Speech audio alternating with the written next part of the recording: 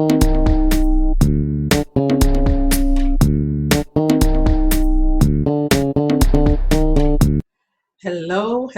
It's Michelle Walker Wade, and I am back with this is the fourth episode of Words About Work, Wealth, and Money.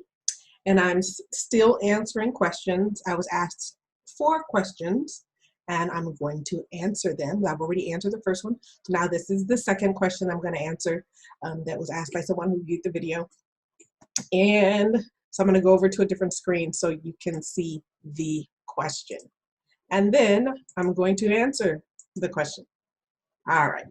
So the question is, I love the idea of scheduling and boundaries. Any tips on keeping those boundaries with the partner who cannot be as rigid with the boundaries? All right. So this is really a relationship or a marriage question. How to keep boundaries. So she loves the idea of scheduling boundaries. So what I was talking about in this episode was how I schedule my day and how I maintain my schedule, and how pretty much in my world, every minute has an assignment. That way I'm not losing time or wasting time, because time is more valuable than money. When you're talking about work, when you're talking about building wealth, when you're talking about saving money, when you're talking about earning money, making money, all of that, time is so incredibly valuable. So I talked about every minute having an assignment so that you can stay on track with your plan. So she says, I love the idea. I'm assuming it's a she. In fact, I know it's a she. I love the idea of scheduling and boundaries. Any tips on keeping those boundaries with the partner who cannot be as rigid with the boundaries? Now, like I said, this is really a relationship question, a marriage question. And even in some cases, it's a parent-child relationship. But it is rare to have a marriage or a relationship where both individuals think exactly the same about time, about money. There's always someone who's more liberal and someone who's more conservative. And trying to figure out how to make those two worlds work together can be challenging. In fact, one of the number one reasons why people divorce is over money. All right. That's one of the number one reasons why people divorce. It's over money. So it's important to figure out how me and my partner, me and my husband, me and my wife, whoever it is, how can we live together when our concepts and our ideas about scheduling and boundaries and money and budgeting, how can we live together when they are so different? So just to know, you are normal. All right, let's start there. But let me give you some answers. Let's see if we can get some answers on the table.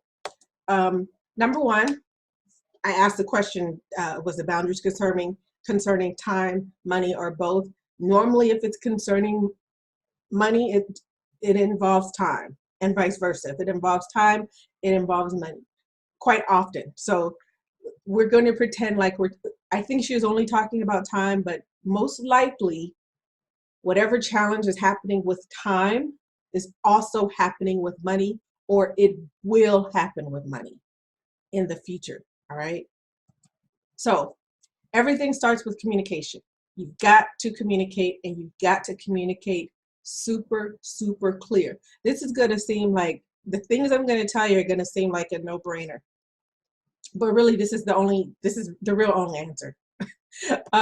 So you've got to start with communication and explain to your partner, number one, what are your goals? What are you working towards? What do you plan to do?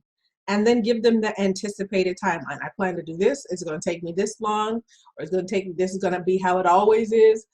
Explain, let them know straight up, this is my goal. This is my priority. This is what's important to me. Now, if you are not married yet, this is the time to figure out, is this relationship going to work? This is the time to express your goals and your plans to your partner and see how well they can handle them. If you are married, I don't believe in divorce. If you are married, in most cases, I don't believe in divorce. So if you are married, um, it, this could just be an ongoing area of challenge. All right, just plain and simple. I wish I had a better answer, but I do not. So you're going to explain what your goals are, your anticipated timelines. You're going to explain to your partner what you intend to do with the time that you need, because this is assuming what you're needing is boundaries where time is concerned. What you intend to do with the time. Tell them how much time you need, how many days a week, how many hours a week, whatever. What you intend to do with that time or that money, and how you intend to do it. So if you're saying, listen, I need every Tuesday night to work on blah.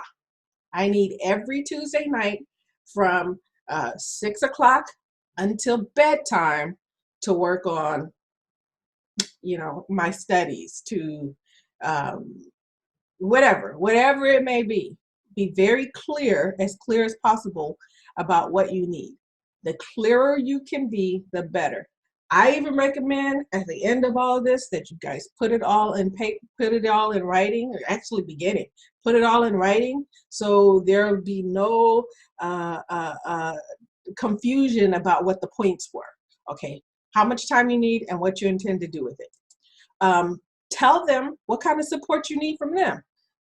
Listen, on this Tuesday night when I'm working from 6 p.m. to bedtime, I need you to do this. I need you to leave me alone.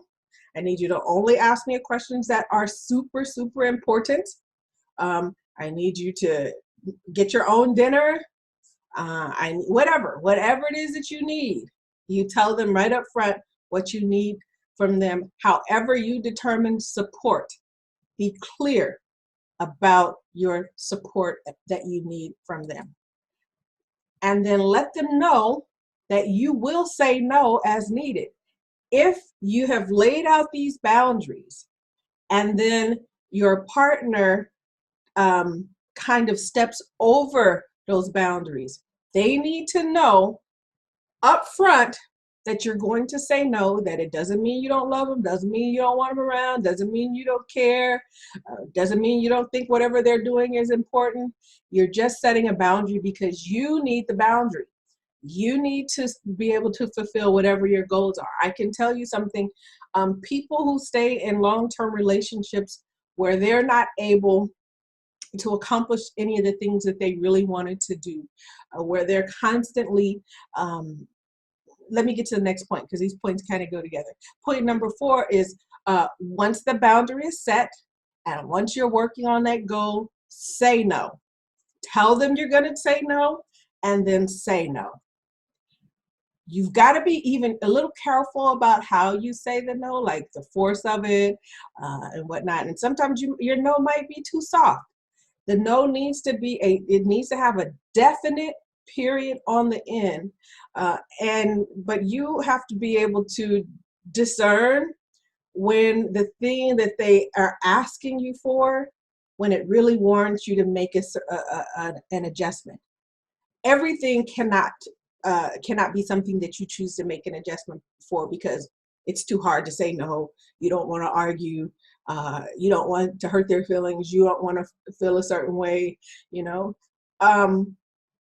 there is a space and time, even in marriage, when everybody's got to put on their big boy pants and their big girl pants and take care of their own needs.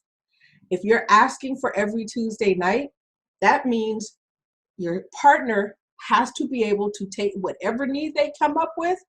If it's something they can't do on their own, they either need to put it off to another time, when you've agreed to be with them, to be included in whatever they're doing, or they just need to wait.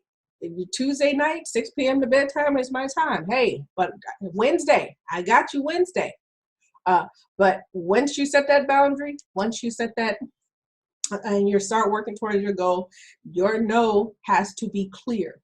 And what happens a lot of times, especially with women, we don't say no. We give reasons why. I can't because I would if I, no. When you have explained to your partner all the points in number 3, and you have informed them that you will say no. You really don't need to do lots of explaining when a situation arises and they want to overstep that boundary. And they'll overstep that boundary not from a mean-spirited place. Sometimes it will be, but if it's a good, healthy relationship, when the two of you love each other and you work together, your partner may overstep that boundary because they're just not used to that boundary being there. They're used to you being at their disposal. So they may overstep that boundary. You have to help them remember that there is a boundary and not make excuses for that boundary.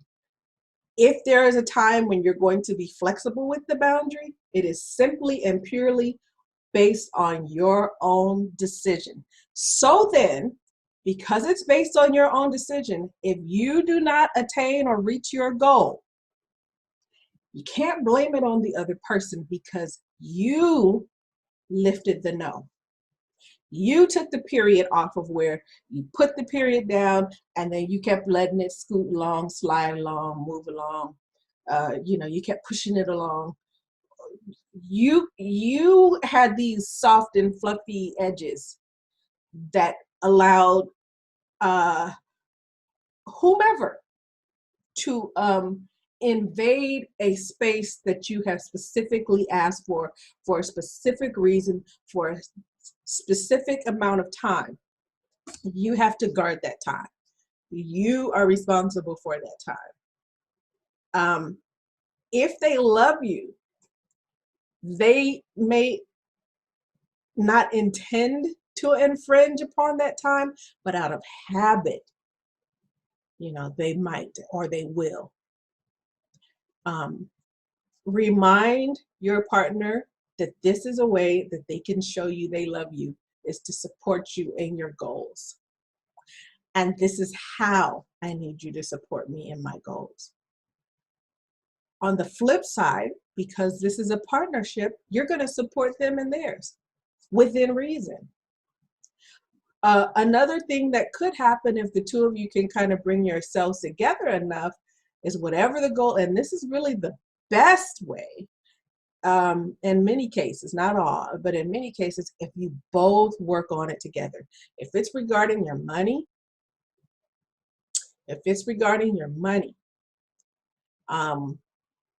the best way for money and marriage to work is for you to do it together. Have a plan to do it together.